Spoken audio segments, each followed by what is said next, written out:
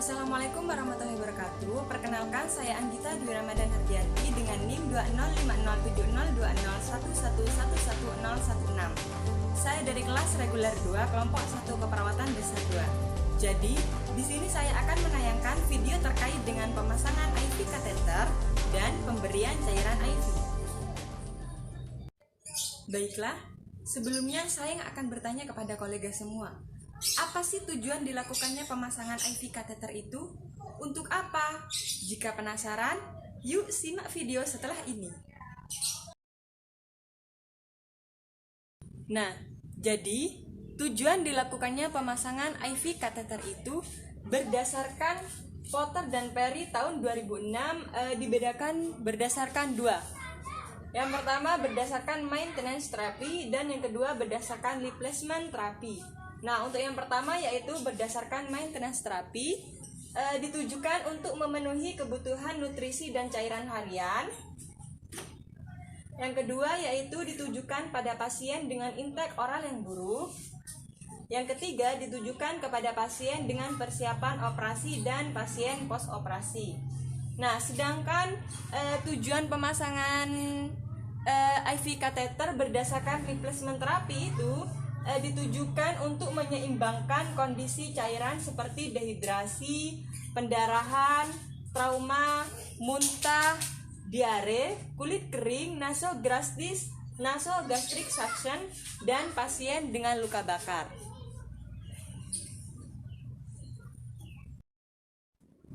Untuk yang kedua, yaitu pemilihan lokasi vena. Baiklah, untuk pemilihan lokasi vena agar memberikan peluang yang lebih besar terkait dengan keberhasilan prosedur, maka ada beberapa panduan untuk memilih lokasi vena. Antara lain, baiklah, untuk yang pertama yaitu pilihlah vena distal terlebih dahulu. Vena distal itu di sini. Kalau vena proksimal itu di sini. Isi ya, Bu? Sini. Itu. Untuk yang kedua yaitu gunakan lengan pasien yang tidak dominan jika mungkin. Nah, hal ini ditujukan untuk meminimalisir terganggunya aktivitas pada pasien. Misalnya saja kita menggunakan lengan tangan pasien pada tangan kanan. Nah, pasien pasti saja merasa terganggu, pasti sudah. Mengapa demikian? Karena tangan kanan pada pasien biasanya sering digunakan untuk makan, untuk minum, dan beraktivitas lainnya. Maka dari itu kita menyarankan untuk menggunakan lengan pasien yang tidak dominan untuk mengurangi terganggunya aktivitas pada pasien seperti itu. Baik, untuk yang ketiga yaitu pilih vena di atas area fleksi. Area fleksi itu seperti ini, area menekuk. Nah, kalau daerah vena distal di sini area fleksinya, di atas area fleksi. Kalau proksimalnya di sini, di atas area fleksinya. Baiklah, lanjut. Untuk yang keempat yaitu pilihlah vena yang cukup besar untuk memungkinkan aliran darah yang adekuat ke dalam kateter. Untuk yang kelima yaitu palpasi vena untuk menentukan kondisinya. Selalu pilih vena yang lunak, yang penuh dan tidak tersumbat. Nah, palpasi dulu. Kita bisa meraba sambil menekannya. Seperti ini ya. Nah, lanjut. Yang keenam yaitu pastikan lokasi yang dipilih tidak mengganggu aktivitas pasien seperti yang tadi sudah saya jelaskan. Lanjut, yang ketujuh yaitu pilih lokasi yang tidak akan mempengaruhi pembedahan atau prosedur yang direncanakan. Baik, untuk lokasi vena distal yaitu yang pertama ada vena dorsalis digital. Nah, di sini vena dorsalis digital. Yang kedua ada vena dorsalis metakarpal. Nah, tempatnya di sini. Yang ketiga ada dorsal venous network. tempatnya di sini. Seperti itu ya. Lanjut untuk lokasi vena di bagian proksimal. Nah, di bagian proksimal ya di sini. Yang pertama ada vena sepalika. Tempatnya di sini. Vena sepalika di sini. Ya. Yang kedua ada vena mediana cubiti. Nah, tempatnya di sini. Sini ya, di sini. Nah, yang ketiga ada vena aksesoris sepalika. Tempatnya di sini. Nah, yang keempat ada vena basilika. Nah, tempatnya di sini ya. Ini di sini. Yang kelima ada vena sepalika. Nah, tempatnya di sini. Vena sepalika. Nah, untuk yang keenam ada vena mediana antebrachialis. Nah, tempatnya ada di sini. Vena antebrachialis. Nah, diingatkan kembali untuk menentukan area yang akan disuntik, yaitu dengan memilih vena yang besar dan lurus. Kita bisa melakukannya atau kita bisa menelusurinya dari bagian distal ke proksimal. Nah, apabila di bagian distal pasien mengalami beberapa kendala atau ada masalah, kita bisa melakukannya di bagian proksimal. Seperti itu. Yang ketiga adalah teknik bersih dan steril.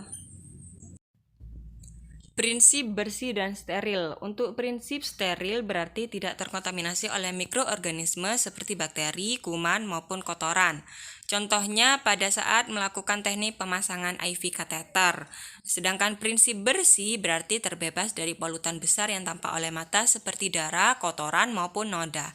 Tetapi kontaminasi bakteri mungkin saja bisa terjadi. Contohnya pada saat menyiapkan cairan IV.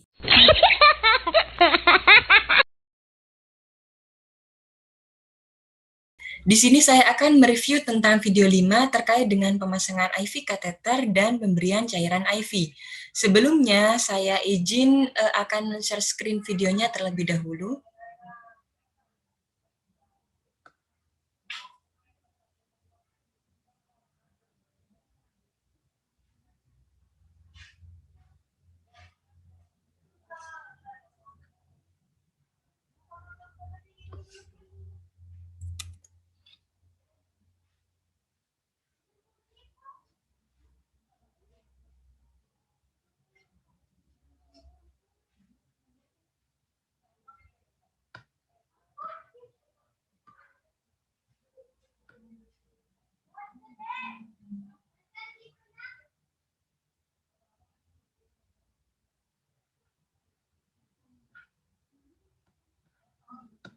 Mohon maaf jika menunggu terlalu lama.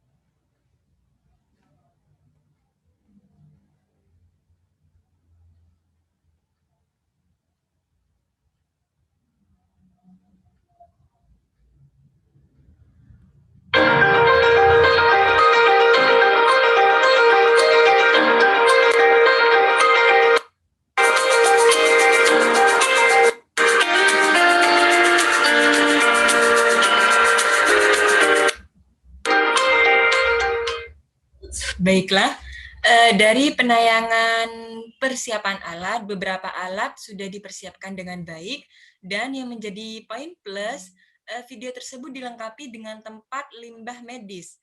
Namun, Kekurangan dari persiapan alat tersebut yakni tidak ditampilkan standar infus. Seharusnya standar infus ini ditampilkan karena merupakan suatu kelengkapan dari persiapan alat. Lanjut ke prosedur.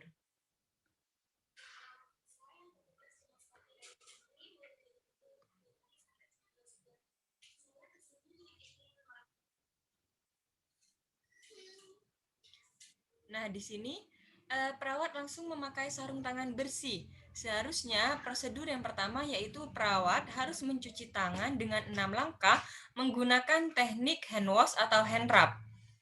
Kemudian baru memakai sarung tangan bersih.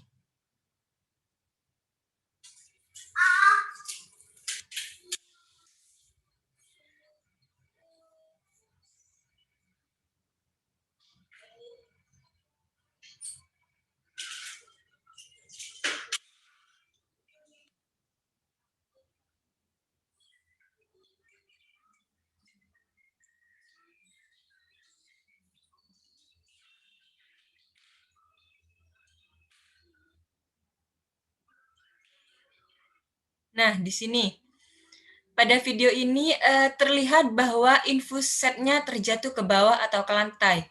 Nah, itu tidak boleh terjadi ya, karena dapat menyebabkan kotoran yang ada di lantai bisa masuk ke dalam aboket yang ada di infus set apabila needle cup-nya terbuka.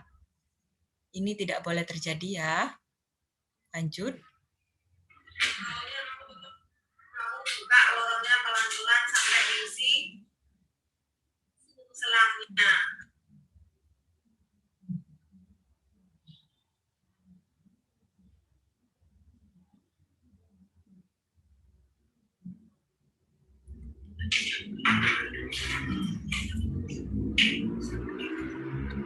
Nah, ini.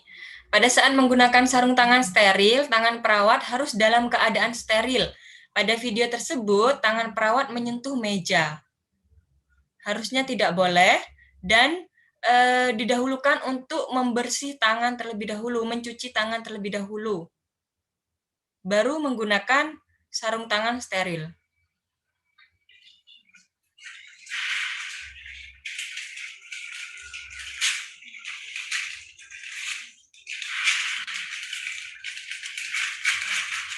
Oke, lanjut.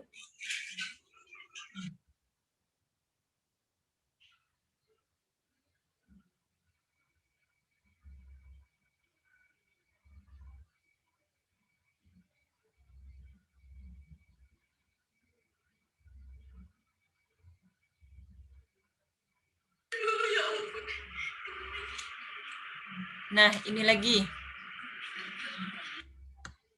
Perawat terlalu banyak tertawa dan kurang adanya persiapan, sehingga pada saat melakukan penutupan pada insersi dengan balutan transparan, ini balutan transparannya, sang perawat masih memerlukan bantuan orang lain dalam membuka balutan transparan tersebut.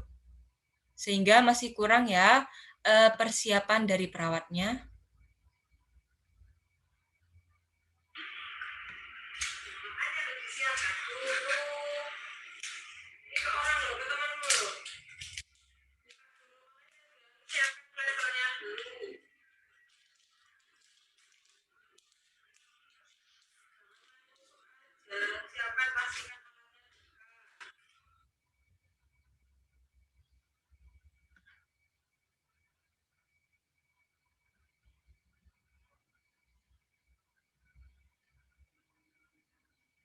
Nah, baik.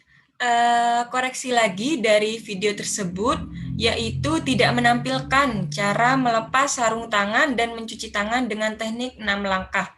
Tak hanya itu, sang perawat juga tidak melakukan evaluasi terhadap respon pasien, pemahaman pasien, dan yang lainnya, serta tidak dilakukannya sesi dokumentasi dari penayangan video tersebut. Demikianlah review video 5 terkait dengan pemasangan IV kateter dan pemberian cairan IV. Terima kasih, mohon maaf apabila terdapat banyak kesalahan, mohon dimaklumi. Wassalamualaikum warahmatullahi wabarakatuh. Saya stop dulu share screen-nya.